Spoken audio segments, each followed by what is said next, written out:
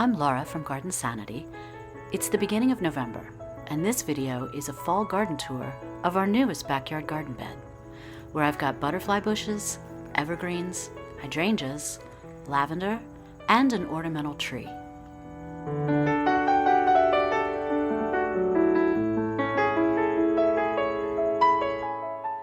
I'll show you this Light Hydrangea shortly, but first, let's discuss that sad shrub you see in the pot back there. Last year I noticed the gold cone junipers not doing so great. And this year, they seemed a bit worse. Normally they have a bit of a blue-green color to the needles. The new growth in spring is gold, thus the name.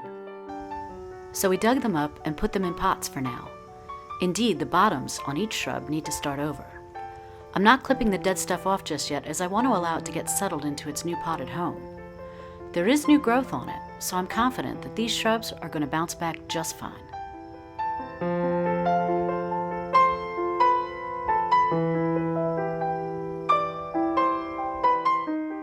The color on the top of this gold cone juniper is beautiful. You can see some of the blue-green shading on it. It's just when you see the base, it looks absolutely horrible. I'll prune the dead stuff off in the early spring. Eventually, I hope to plant these back into the gardens in a better spot, somewhere that it'll get more water. In the meantime, they'll live back here on either side of the bench. Can we talk about how saturated this yellow color is? Yellow actually isn't even one of my favorite colors from mums. However, it just glows so much better than any other color. I have to credit my husband on this, as every year I hesitate on which colors to purchase of mums, and he reminds me of yellow's impact.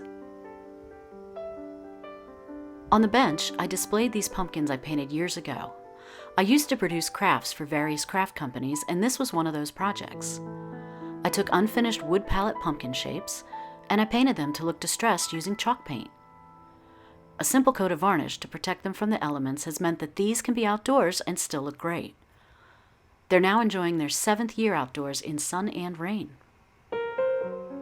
I'll put a link to this tutorial below, so you can see exactly how I painted them if you're interested. But oh, this color! Just beautiful!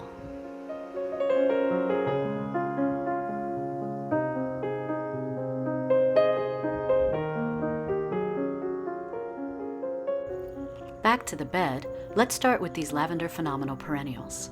This variety is evergreen for me in Zone 7, and the blue-green color will become a bit more blue-gray during the winter. I don't need to trim these at all, as this is their first year in the ground.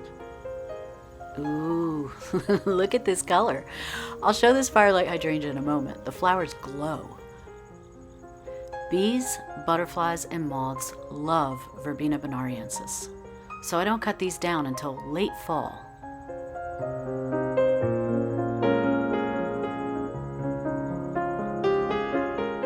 Some of the verbena is already finished.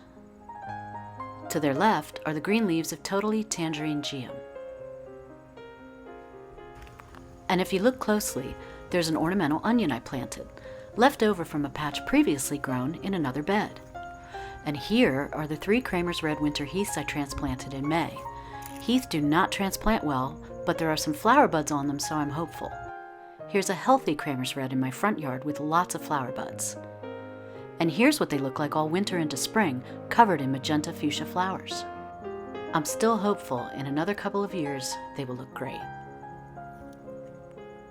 Yes, it's spelled correctly. This is our Prairifire Crabapple that I think I've fallen in love with, mainly because it's so happy in this spot. The fall color is just beginning, as you can see here. This is our first fall with this tree since we planted it in the spring, so I'm expecting to see a colorful reddish-orangish color. My husband pointed out these fallen crab apples.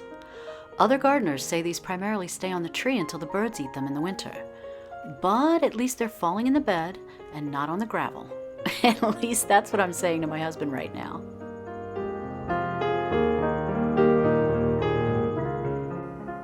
The berries sure are pretty with their red color, and I hope they stay on the trees into winter.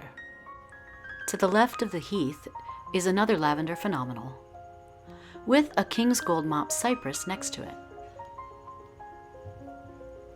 And in the back is a little Lime Punch Hydrangea, which I had not planned on putting there. More on that in a minute. Amsonia Stormcloud is the little plant you see right here. It will eventually look like this in the spring. In my video about proper plant spacing for perennials, I used this stormcloud as my example because it can grow quite large, up to 36 inches tall and wide. There's 2 golden Euonymus shrubs next to the young Light Hydrangea. So this Amsonia will have lots of room here to grow.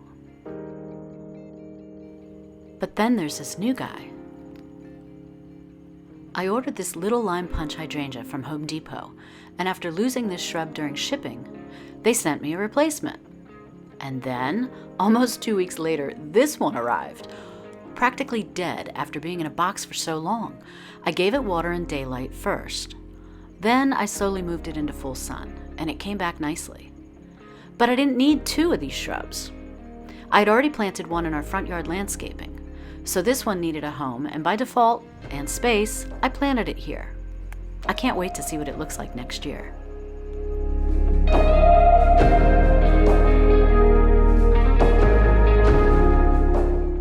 So back to the King's Gold and its gorgeous yellow-green color. And we have butterfly bushes, true blue butterfly bushes to be exact, 2 of them.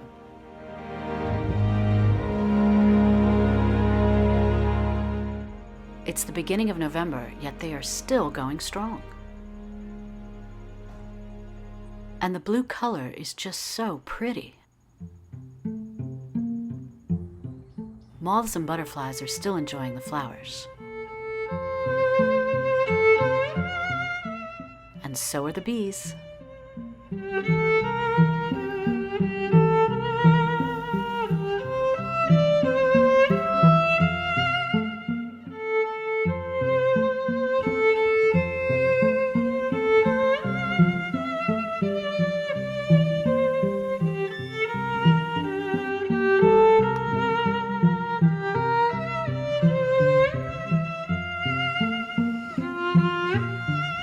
I could watch these guys all day long.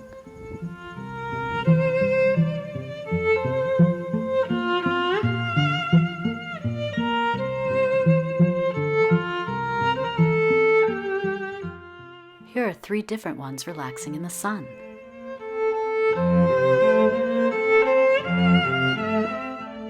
But there's still some food to get as well.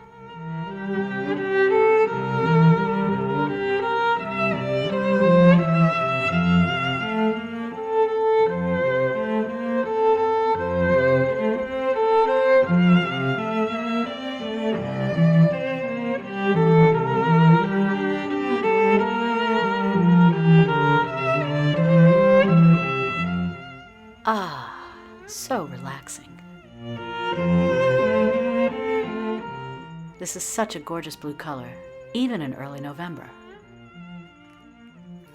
So now we're at the back of the bed again. I love how this King's Gold Mop Cypress lights up this bed. And having it near the cool blue color of this Boulevard Cypress is only going to get better over time.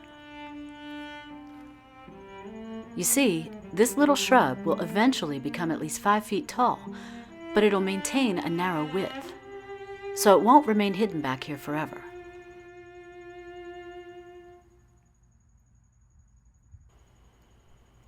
Uh-oh, I'm gonna have to keep an eye on this. Back in July, I noticed the telltale signs of a rabbit nest in this exact spot. I carefully uncovered it, and I found 2 tiny bunnies. I quickly and gently covered them back up, somewhat defeated that yet another nest was in my gardens. So now I'm on another rabbit nest watch in the same spot. At At least the rabbits don't eat anything in this bed. That's good. Here's another view of what the bed is looking like right now. And here's the 2 golden Euonymus shrubs again. And here is what could become my favorite hydrangea, a Firelight Hydrangea.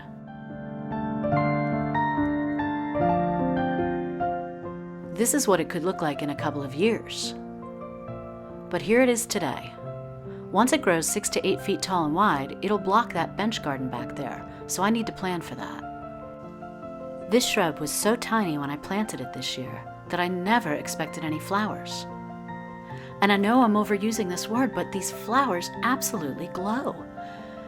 I mean, it's now November, and look at them. And this is why I think Firelight may become my favorite hydrangea.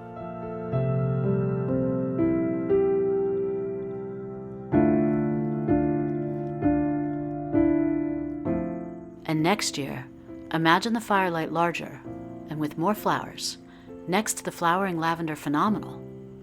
I cannot wait to see that.